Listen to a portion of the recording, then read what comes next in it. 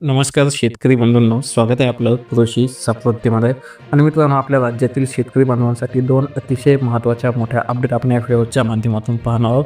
तर एक सर्वात मोठी महत्त्वाची अपडेट म्हणजे की पीक विमा, आणि दुसरी महत्त्वाची अपडेट म्हणजे की जे आपले नियमित कर्जदार शेतकरी आहेत, तर यांच्यासाठी महत्त्वाची अपडेट जी आहे तर ते आपण पाहणार आहोत. तर मित्रांनो, सुरुवातीला पाहायचं झालं तर आपल्या सांगोला जिल्ह्यातील शेतकऱ्यांसाठी एक अतिशय महत्त्वाची अपडेट आहे.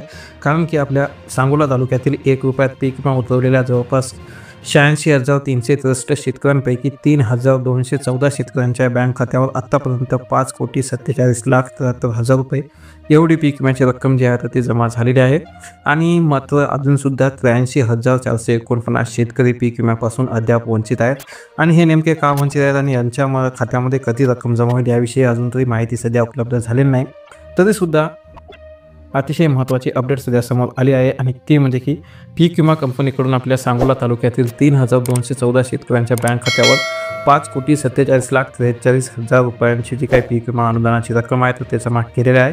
आणि उर्वरित शेतकरी म्हणजे जवळपास 86,663 शेतकरी पीक विमा अनुदानापासून का वंचित आहेत याची चौकशी सध्या केली जात आहे. आणि विशेष म्हणजे की याबाबत शेतकऱ्यांनी सांगोला तालुका कृषी कार्यालयाकडे संपर्क साधला असता त्यांच्याकडे मंडळनिहाय यादी अद्याप प्राप्त झाली नसल्यामुळे नेमका पीक विमा कोणत्या मंडळामध्ये जमा होतोय किंवा कोणते शेतकरी पात्र आहेत व कोणते शेतकरी अपात्र आहेत हे समजून येत नाही. तरीसुद्धा एक महत्त्वाची अपडेट सध्या समोर आली आहे, आणि ती म्हणजे की संबंधित पीक विमा कंपनीकडून पात्र शेतकऱ्यांच्या बँक खात्यावर पीक विम्याचं अनुदान जे आहे तर ते वितरित केलं जात आहे. आणि सन 2024 मधील खरीप हंगामात आपल्या सांगोल्यातील जवळपास 86,663 लाभार्थ्यांनी जवळपास 55,128 हेक्टर क्षेत्रावर ₹1 पीक विमा काढला होता. आणि यापैकी जवळपास मागील 8 दिवसापासून 3,214 शेतकऱ्यांच्या बँक खात्यावर ₹5,47,73,000 जमा झाले आहेत, अशी माहिती स्वतः दीपाली जाधव, तालुका कृषी अधिकारी सांगोला यांनी दिली आहे. तर एक सांगोला जिल्ह्यातील शेतकऱ्यांसाठी एक अतिशय महत्त्वाची अपडेट होती.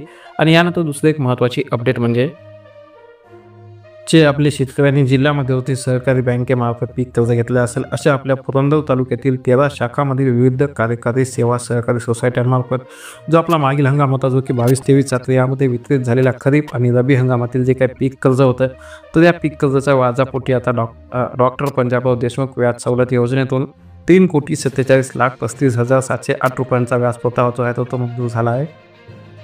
आणि मित्रांनो, ही जी काही रक्कम आहे तर ही रक्कम लवकरच आपल्या 18,130 शेतकऱ्यांच्या बँक बचत खात्यामध्ये जमा होणार आहे, अशी माहिती बँकेचे आमदार आणि पुरंदर हवेलीचे माजी आमदार संजय चांदूकाका जगताप यांनी दिले आहे.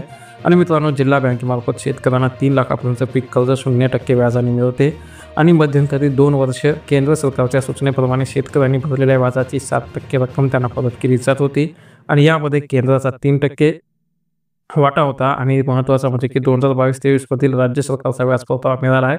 आणि आता पुन्हा जिल्हा बँकेकडून शेतकऱ्यांना 3 लाखापर्यंत पीक कर्ज जे आहे ते 0% व्याजाने देण्यात येत आहे. तर विशेष म्हणजे की याबाबत माजी आमदार जगताप म्हणाले आहेत की राज्य सरकारच्या डॉक्टर पंजाबराव देशमुख व्याज सवलत योजनेतून 2022-23 मध्ये पुरंदरमधील 18,130 शेतकऱ्यांसाठी एकूण ₹3,47,35,708 जे आहेत तर ते मंजूर झालेले आहेत.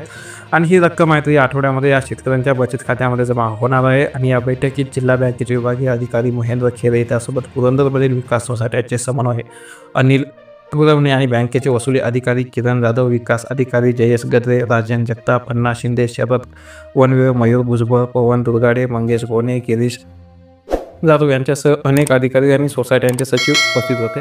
त्यामुळे जास्तीत जास्त शेतकरी बांधवांना ही माहिती नक्की शेअर करा. चॅनल जर नवीन असाल नक्की सबस्क्राईब करा. त्यासोबत आपला कुठला जिल्हा आहे आणि आपल्याला कशाची माहिती पाहिजे हे सुद्धा नक्की कमेंट करा. धन्यवाद.